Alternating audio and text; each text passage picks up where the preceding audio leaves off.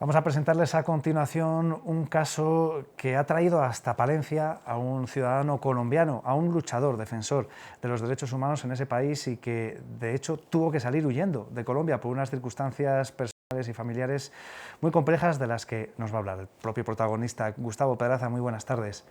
Buenas tardes. Bueno, estamos en una época en la que además habla mucho de solicitantes de asilo. Vamos a conocer su caso particular, que yo creo que es una forma también de que la gente conozca las historias, ¿no? Lo que hay detrás de esas cifras. ¿Cómo se convierte en un solicitante de asilo en nuestro país? Bueno, pues primero que todo, pues gracias por la oportunidad, por invitarme a dar visibilidad a este tipo de situaciones, ¿no? Eh, Resulta que en Colombia en 2015 fue asesinado mi hermano, Carlos Alberto Pedraza Salcedo, quien era líder social y defensor de derechos humanos. Fue desaparecido, posteriormente asesinado por su labor. Entonces allí comenzamos una serie de demandas, de denuncias ante los organismos de seguridad, la fiscalía, la policía, ante varias embajadas, lo cual lo que provocó fue persecución. En vez de llevarnos a la verdad y a la justicia, nos ha causado persecución a la familia y al movimiento social en general, que pues en realidad nos ha venido acompañando a hacer estas denuncias.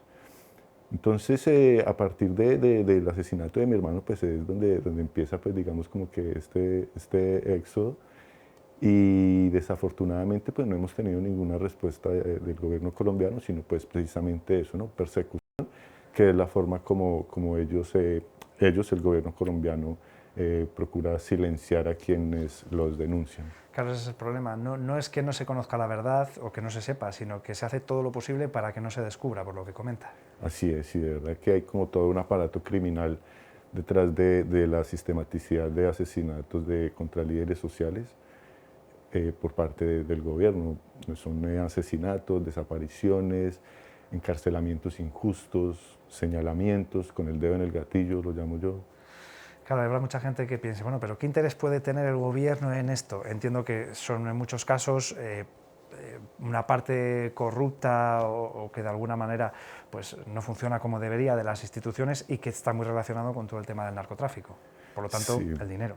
sí, digamos que el gobierno que hay es, digamos como que la herencia que nos dejó Álvaro Uribe Vélez, el peor genocida de la historia de nuestro país, que de 2002 a 2010 ha asesinado a más de 10.000 jóvenes, donde los han disfrazado de guerrilleros y los han demostrado como bajas en combate, lo cual ha sido totalmente falso.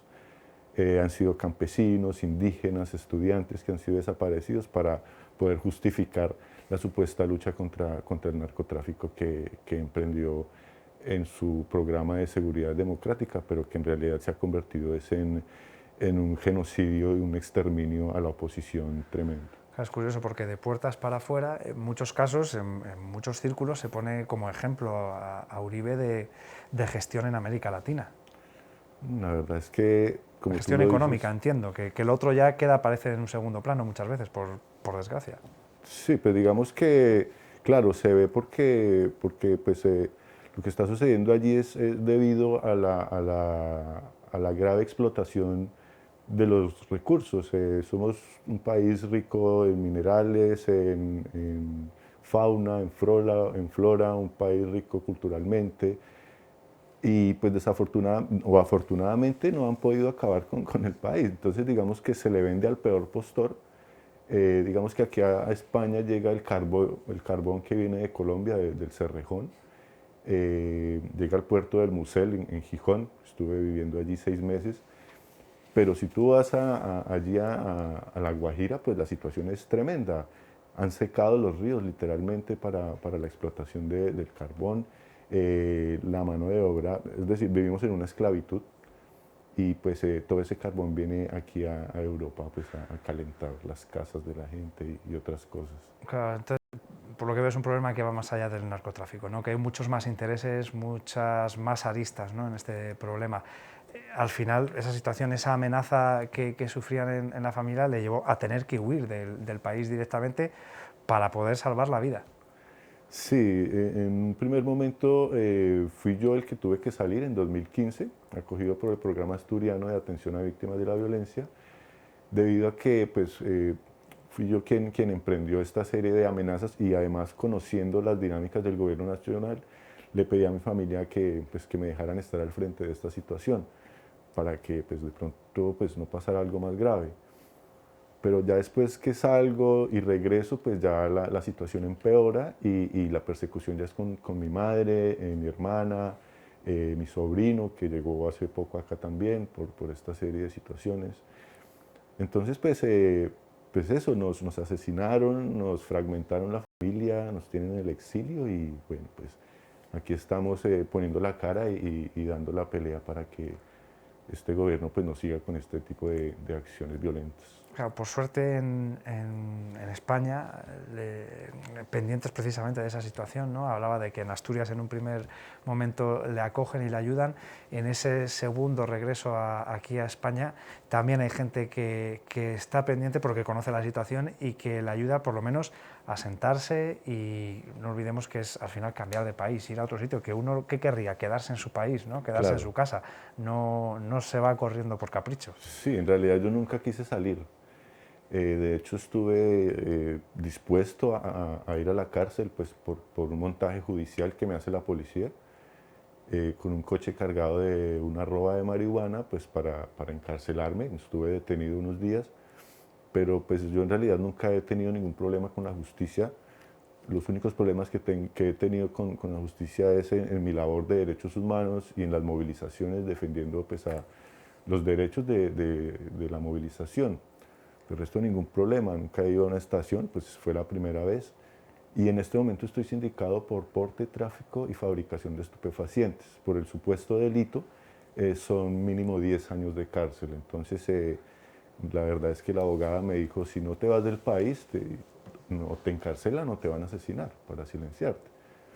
Entonces pues en realidad contra mi voluntad tuve que salir. Amnistía Internacional me ayudó a salir de allí, estuve acogido por un año en Málaga y luego de esto pues hice la solicitud de asilo porque la situación en Colombia pues no mejora, continúa la violencia, cada vez es más constante, la desaparición, los asesinatos, en lo que va de 2021 ya van cerca de 14 masacres.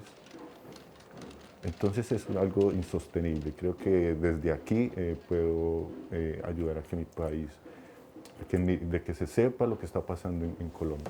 Claro, sigue siendo un testimonio de primera mano, ¿no? Una forma de contar a la gente la realidad de Colombia. Aquí, por suerte, comentábamos antes, hay gente que entiende la situación y que hace lo que puede por, vamos a decirlo así, contribuir a amplificar el mensaje, ¿no? Y que no quede silenciados los luchadores, los defensores de la libertad, ¿no? Estamos viendo, por ejemplo, unas imágenes de un acto, ¿no? Reivindicativo de cara a que los países occidentales, y en el caso de que nos compete España, ¿no? Tiene esa responsabilidad de ayudar y acoger a aquellos que tienen que salir de sus hogares obligados por las circunstancias, ¿no? Por distintas circunstancias. Véase la guerra de Siria, véase amenaza política o véase, ¿no? Persecución también, como es su caso. Por suerte hay colectivos que sí que están respondiendo y sí que están echando una mano. No sé si las administraciones lo hacen en la misma medida. Bueno, pues digamos que a pesar de que nos cobija el derecho internacional humanitario, hay ciertas irregularidades. Por ejemplo, a mí me negaron el asilo. En un primer momento como que me reciben y me acogen, pero después me sellan el pasaporte y me expulsan del país, que es algo que no entiendo, sabiendo mi situación.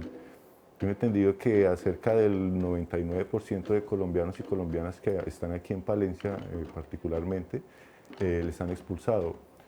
Yo pues tengo una hija y tuve una hija con una palentina y pues digamos que como que no sabían esa situación, presenté mis papeles para pedir una residencia de un comunitario y no me creían. Entonces, estas situaciones son, no comprendo cómo se maneja cuando en un primer momento me ayudan a salir del país, me salvan la vida, pero ahora me están expulsando para que, pues no sé, pueda pasar algo, no sé. Claro, y seguimos a la espera, llevando una vida, vamos a decirlo, lo más normal que se puede dentro de esta situación, ¿no? de incertidumbre. Bueno, digamos que aquí tuve la fortuna también de contar con el apoyo de la Universidad de Valladolid. Estoy allí en tercer curso de educación social y pues, pues eso, ¿no? Como que me han garantizado el derecho a la educación, el derecho a seguir, a buscar una vida digna, una vida mejor, a no ser más perseguido y llevar una vida tranquila. Entonces, en ese sentido, creo que no todo ha sido malo, pero bueno, pues digamos que seguimos en esa tarea de buscar verdad y justicia y de visibilizar lo que está pasando allí en Colombia. Claro, porque lo comentaba antes, ha recorrido, iba a decir prácticamente toda España, ¿no? Contando su historia, la historia de su hermano, pero que al final es también la suya, y haciendo que la gente conozca la realidad del país. ¿Cree que contribuye a cambiar conciencias, a que la gente entienda mejor mismamente lo que veíamos antes, ¿no? Esos refugiados que vienen pidiendo asilo político? Sí, esa es mi pretensión. A ver, yo digamos que quiero salir de ese confort de tener la residencia y quiero contribuir a que estas situaciones cambien y que se garantice ese derecho internacional humanitario cuando somos perseguidos por la violencia en nuestros países. Entonces creo que hay que hacer algo y sencillamente creo que hablando con los chicos en los institutos, en las universidades, se da mayor visibilidad a este tipo de situaciones y en algo podríamos ir ayudando a que las cosas cambien o por lo menos que se sepa lo que está pasando allí en Colombia. Estaba pensando que precisamente con esas charlas en institutos, hablando con los jóvenes, seguro que también se consiguen evitar ciertos discursos que pueden, que se están escuchando a lo mejor hoy día y que pueden incitar al odio o a, por lo menos, a desvirtuar, ¿no? La realidad de identificar inmigración con delincuencia o a asociar que no, es que viene pidiendo asilo, no, lo que vienen es a delinquir, ¿no? Quizás dando ese mensaje, ¿no? Cortándolo de raíz, por así decirlo, se Sí, acabe luego con esas otras problemáticas. sí, la idea es también como que eliminar esa serie de mitos, ¿no? Que venimos a robar, que nos llevamos las ayudas sociales de los españoles, una serie de situaciones que pues como que han tratado de meternos por los ojos que no tienen ninguna validez.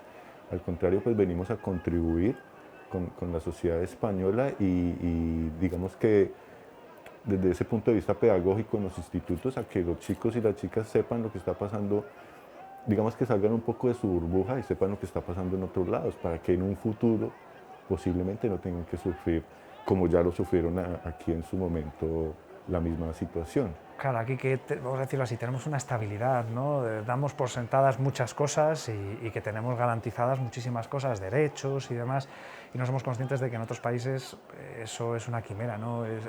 Casi casi es un sueño que de hecho vienen a Europa buscando, ¿no? Alcanzar ese sueño, vienen a Europa desde el conflicto sirio, desde los problemas en América Latina, desde diferentes puntos conflictivos del planeta, ¿no? Perdemos quizá muchas veces de vista esas realidades o no sé si quizá tampoco queremos verlas y por eso tampoco queremos ver a quienes salen de allí.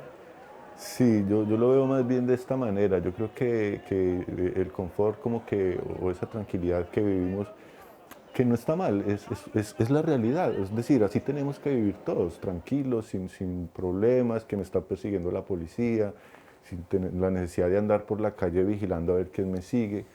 Eso debe ser, así debe ser, como viven ustedes, ¿sí? Pero entonces también hay que salir, como te digo, de ese confort y tratar de, digamos, digamos el carbón que viene de Colombia, también cuestionarnos de dónde viene este carbón o la gasolina, por qué vienen tantos inmigrantes aquí, ¿sí? Digamos de Colombia.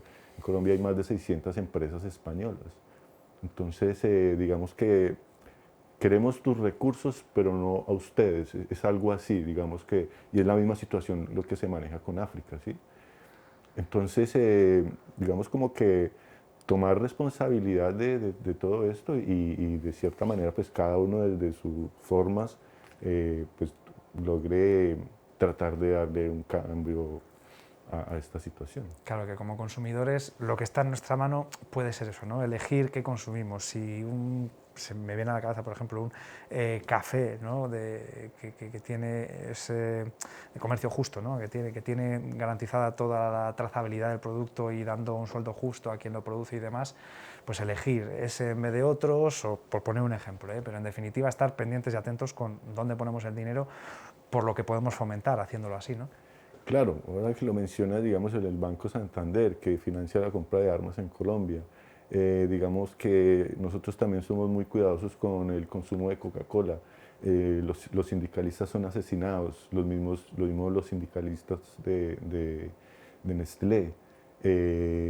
Bueno, Iberdrola, muchas empresas que en realidad allí en Colombia han tenido vínculos o han patrocinado el paramilitarismo, y esto es lo que ha producido que pues esta ola de violencia sea creciente.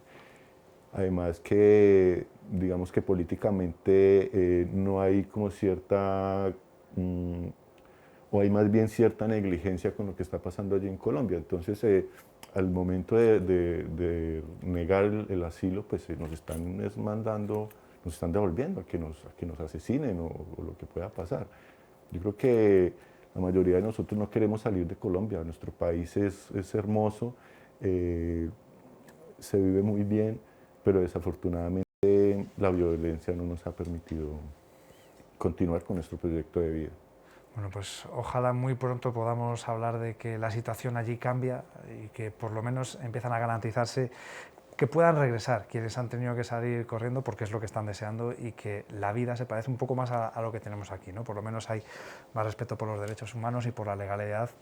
Empecemos por hacer lo que esté en nuestra mano entre todos. Gustavo, muchas gracias por haber venido y mucha suerte en el futuro con toda esa actividad de defensa de los derechos humanos. Gracias a ustedes.